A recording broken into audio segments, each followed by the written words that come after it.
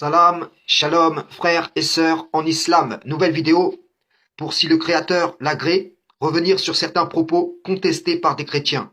J'avais dit donc que pour donner l'illusion du Saint-Esprit opérant dans les assemblées actuelles, se réclamant de l'Évangile, les démons usurpaient les dons de l'Esprit Saint via de multiples artifices. J'avais dit que pour prolonger la croyance en un temps de grâce qui perdurerait jusqu'à nous, ces artifices issus de la puissance de Satan le banni étaient essentiels à son plan. J'avais dit que dans le contexte du temps où le Messie et ceux qui ont reçu le baptême de feu, si Satan chassait Satan, il aurait été divisé contre lui-même, mais que dans le contexte où le Saint-Esprit n'est plus opérant puisque la grâce est passée, eh bien, l'illusion que les mauvais esprits sont chassés sert le dessein de Satan. Car celui-ci s'est emparé d'une promesse du Créateur pour la reformuler frauduleusement. Donc, venons-en simplement à l'explication que j'avais donnée. Car celle-ci est attestée par l'Évangile. J'avais dit que le démon qui possède bloque par exemple la vue ou la parole ou encore l'usage des jambes et ainsi de suite. Puis lorsque le nom de Jésus, entre guillemets, est invoqué, certains voient de nouveau, parlent de nouveau et remarchent à nouveau. Et ceci n'est pas un prodige du Créateur, mais simplement la conséquence du démon qui débloque ce qu'il avait bloqué auparavant, que ce soit la vue, la parole ou l'usage des jambes.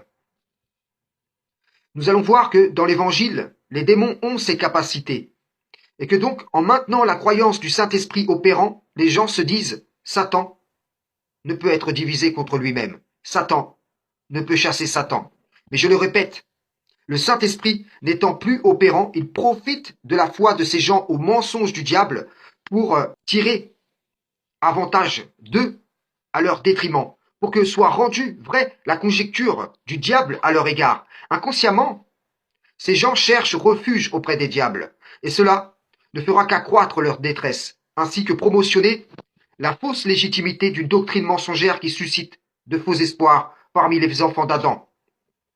Matthieu 12, 22 à 24. Alors on lui amena un démoniaque aveugle et muet, et il le guérit, de sorte que le muet parlait et voyait. Toute la foule étonnée disait, « N'est-ce point là le fils de David ?» Les pharisiens, ayant entendu cela, dirent, « Cet homme chasse les démons que par Belzébul, le prince des démons. » Ici, nous voyons que la sortie du démon a pour conséquence directe le recouvrement de la parole et de la vue.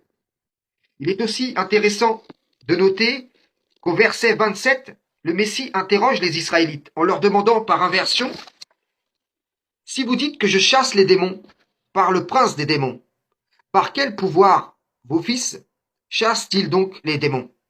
Ouvrant la compréhension que les Israélites rebelles étaient en réalité dans une inversion accusatoire. Ils accusaient le Messie de ce que faisaient en réalité leurs propres fils.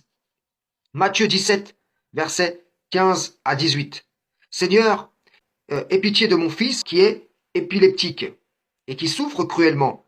Il tombe souvent dans le feu et dans l'eau. Je l'ai amené à tes disciples et ils n'ont pas pu le guérir. Génération incrédule et perverse, répondit Jésus. Jusqu'à quand serai-je avec vous? Jusqu'à quand devrais-je vous supporter? Amenez-le-moi ici.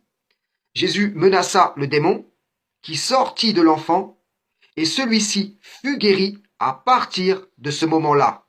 Voilà, à la sortie du démon s'opère la guérison de ce dont il était lui-même la cause.